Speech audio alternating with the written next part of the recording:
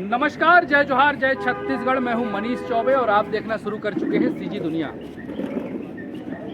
आपको बताऊं कि वक्फ बिल जो भारत देश में वक्फ बिल को लेकर जो कानून पास हुआ था, जो कानून बना था, उस कानून के विरोध के स्वर भिलाई के फरीदनगर से भी उठता हुआ नजर आ रहा है। अभी फिलहाल हम आपको बताएं कि भिलाई के फरीदनगर के उस चौक में हम खड़े हैं, जिस चौक से इस बिल के विरोध में लोग इकट्ठे हैं। आइए, यहाँ पे लोग इकट्ठे हैं, युवा नजर आ रहे हैं, बच्चे भी हैं, बुजुर्ग भी हैं। आखिर में ये लोग इकट्ठे होकर हाथों में दफ्तियां लेकर क्या करते हुए नजर आ रहे हैं, इनसे बात करते हैं और आपको बताने का प्रयास करते हैं कि आखिर में इतने सारे लोग एक जगह क्यों इकट्ठा हुए हैं।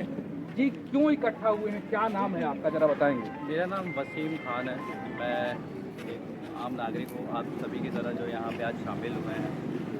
आज हमारा उद्देश्य जो था प्रोटेस्ट विरोध करने का, वो जो वक्फ बिल को लेके जो अभी सेंट्रल गवर्नमेंट ने रिसेंटली इसको पास किया पार्लियामेंट में, फिर 75 पिटीशन के बाद फ़िलहाल में इसकी सुनवाई सुप्रीम कोर्ट में चल रही है। इसकी दूसरी हियरिंग 5 तारीख को है। तो ये जो कानून इन्होंने पास किया, जैसा कि इन्होंने प्रोपेगेंडा चलाया कि पूरा मुस्लिम समाज, जैसे कि अभी हमारे एक और मीडिया वालों ने बताया कि समर्थन कर रहे हैं, पटाखों से स्वागत कर रहे हैं। मैंने उन्हें भी यही बात बोली कि आप जाके गूगल में सिर्फ सर्च कीजिए कि कितने लोग इसके समर्थन में हैं, कितने लोग इसके समर्थन में नहीं हैं। और ये सर्वे इन्हीं के द्वारा किया गया है। उसमें साफ डेटा आता है कि 87% लोग इस वक्फ बिल के खिलाफ हैं, इस नए वक्फ बिल के खिलाफ है, जो एक असंवैधानिक बिल है, जो एक अनकॉन्स्टिट्यूशनल है, जो हमारे बहुत सारे आर्टिकल का वायलेशन करता है। आप आर्टिकल 26 देख लीजिए, आप आर्टिकल 15 देख लीजिए या 14 देख लीजिए। तो हम सब आज यहाँ पे इकट्ठा हुए हैं, सिर्फ मैं नहीं, बहुत सारे लोग जो इसके खिलाफ हैं। और जिस तरह मीडिया में मोदी जी और हमारे माइनॉरिटी मिनिस्टर किरण जी बोहरा समाज के साथ एक मीटिंग करते हैं और एक हर चैनलों में चलवाते हैं कि देखिए मुसलमान इस बिल के साथ हैं, तो मैं बताना चाहूँगा कि बोहरा समाज पूरा मुसलमान समाज नहीं है। आप जितने भी यहाँ लोग देख रहे हैं, ये मुसलमान समाज है। मुसलमान में बहुत सारे समाज हैं। इस बिल का हम यही सुप्रीम कोर्ट से रिक्वेस्ट करते हैं कि इसे रिजेक्ट करें और या फिर इस पर एक विचार विमर्श किया जाए, इस पर एक कुछ रिफॉर्म्स लाया जाए जो हमारे वक्फ के हित में काम हो, उसके खिलाफ काम ना हो। हमारी क्या कहता है वो बिल, जो बिल पास हुआ है, जो कानून लागू हुआ है, वो क्या कहता है? उसको स्टडी किया है क्या आप? जी, मैंने पूरा क्या स्टडी किया है।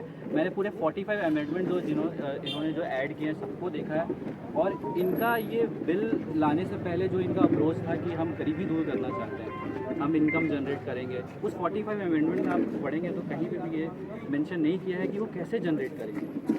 जब आप चाहते हैं कि गरीबी दूर करें, तो मैं ये हमारे किरण माइनॉरिटी मिनिस्टर जी से मैं पूछना चाहूँगा कि जो एक पोस्ट स्कॉलरशिप फंड होता था माइनॉरिटी का, जो 1143 करोड़ था, आज के डेट में उसको 343 करोड़ कर दिया आपने 70% कम कर दिया। आप बोलते हैं कि हम गरीबी दूर करना चाहते हैं और एक तरफ आप माइनॉरिटी का फंड कम करते हैं।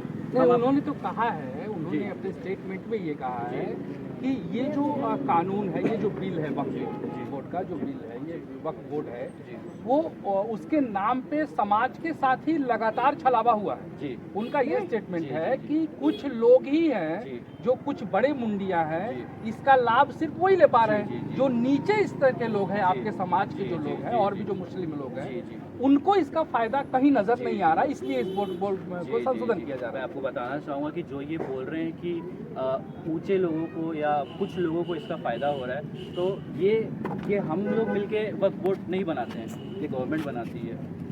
28 स्टेट में स्टेट वक्फ बोर्ड चलता है, जो स्टेट कंट्रोल करती है, सेंट्रल गवर्नमेंट कंट्रोल करती है। तो अगर कुछ हो रहा है तो उसके जिम्मेदार ये हम सब नहीं है, ये लोग नहीं है। वो उन पर कार्रवाई की जाए ना, उन पर आप बना रहे हैं, आप सबके सामने आके अपना फेलियर गिना के जा रहे हैं, करप्शन हो रहा है। बिल्कुल, बहुत बढ़िया है। भारत देश में अपने अपने अधिकार की लड़ाई लड़ने की स्वतंत्रता है, मौलिक अधिकार है। लेकिन भाई साहब, आप जिस समाज के लिए आज यहाँ खड़े हैं, जी तमाम युवा यहाँ हैं, उस समाज को जरा आप बताएं जी कि ये वक्फ बोर्ड क्या है, जी। एक्चुअल क्या है ये वक्फ देखिए, वक्फ जो होता है एक चैरिटी किया जाता है। जैसे कोई एक इंडिविजुअल प्रॉपर्टी है, मान लीजिए इनका नाम आरिफ है, ये अब वक्फ करना चाहते हैं, तो ये जब वक्फ करना चाहेंगे तो इन्होंने बोला कि मैं अपनी ज़मीन अल्लाह के नाम पे देना चाहता हूँ, तो उसको वक्फ करने के लिए एक हमारे पैगंबर के समय से ये चला आ रहा है कि एक बोर्ड मेंबर बनाया जाए, जिसमें आप अल्लाह के नाम पे एक चैरिटी करें, जिससे गरीबों में काम किया जाए, जिससे मुसलमान समाज का इम्प्रूवमेंट हो। तो उसके लिए ये वक्फ बोर्ड बनाया गया, और इस वक्फ बोर्ड को, जैसा कि मैंने आपको बताया कि ये स्टेट चलाती है, सेंट्रल चलाती है, और ये सबको डेफिनेशन सबको पता है वक्फ क्या है। जी राज्यसभा में भी पारित हो गया, जी लोकसभा में भी पारित हो गया। ऐसा नहीं लगता कि बहुत लेट कर दिया आप लोगों ने ये आंदोलन करने के लिए? जरा मतलब थोड़ा लेट हो गए, क्योंकि अब तो राज्यसभा में भी पास हो गया, जी, लोकसभा में भी जी, पास जी। हो गया। तो क्या लगता है आपको कि ये जो प्रदर्शन आप कर रहे हैं, इसका कुछ फायदा होना है, या कि एक राजनीतिक स्टंट माने हम? जी, देखिए, हम सभी जानते हैं कि पार्लियामेंट में इनके पास नंबर ज़्यादा है, तो आज के दिन मैं आपके माध्यम से बताना चाहूँगा कि कल को ये कुछ भी पास कर देंगे, क्योंकि इनके पास नंबर है, क्योंकि इनके पास मेजॉरिटी है, तो ये कोई भी काला कानून लेके आ जाएंगे। जैसे कि आप देखें कि अब किसान बिल लेके आए थे, जिसमें उन्होंने उनके पहले ज़मीन पे कब्जा करने की कोशिश की, तो मैं इसे कब्जा ही बोलूँगा कि ये अभी जो बिल आया है इसमें लूटने की कोशिश की गई है। मैं क्यों बोल रहा हूँ कि इसमें जो लिमिटेशन एक्ट आया है, लिमिटेशन एक्ट ये बोलता है, उन्होंने अपने पैम्पलेट में मेंशन किया कि 70% ज़मीन एनक्रोचमेंट है। जब 70% एनक्रोचमेंट है तो आप लिमिटेशन एक्ट क्यों लाए? लिमिटेशन एक्ट सीधा ये बोलता है कि 12 साल से ज़्यादा ज़मीन जिसकी कब्जे में है, जो भू माफिया कब्जा करके रखा है, उस पर आप लीगल एक्शन नहीं ले सकते, तो आप सीधा आप उसको ओनर बना देंगे। इसमें नुकसान किसका है? आप अपने दोस्तों को फ़ायदा पहुँचाना चाहते हैं, ये सवाल है मेरा।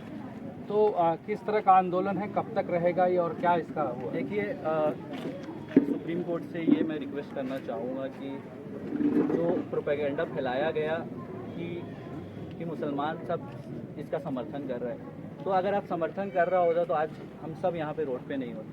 तो हम उनसे रिक्वेस्ट करेंगे कि ये काला कानून वापस उसको रिजेक्ट किया जाए और उसको ग्रीन सिग्नल ना दिया जाए, क्योंकि इसमें कई सारे वायलेशन, बहुत सारे आर्टिकल